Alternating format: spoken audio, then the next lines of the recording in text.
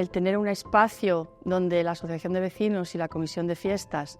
pueda desde reunirse, desde hacer aportaciones a los demás, desde conseguir que se hagan incluso pequeñas charlas o pequeños talleres, pues eso revitaliza cualquier vida vecinal. Evidentemente aquí tendría que haber una persona para poder abrir, pero aparte de haber aquí una persona, sí que es verdad que quizás los propios vecinos, alguien de la asociación, pueda tener una llave permanente de acceso por cualquier eventualidad o por cualquier reunión que podamos hacer. Para poder usar de verdad esta sala y poder darle el rendimiento que merece, sí que debería haber sillas, incluso puede haber proyectores para imágenes en 3 dimensiones, pantallas para poder mostrar los PowerPoint de la gente que vaya a venir. Imagino un día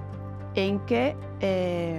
se haga la exposición de todo lo que se ha recogido, por ejemplo, sobre Miren la Rea, que es parte de la historia de este puerto.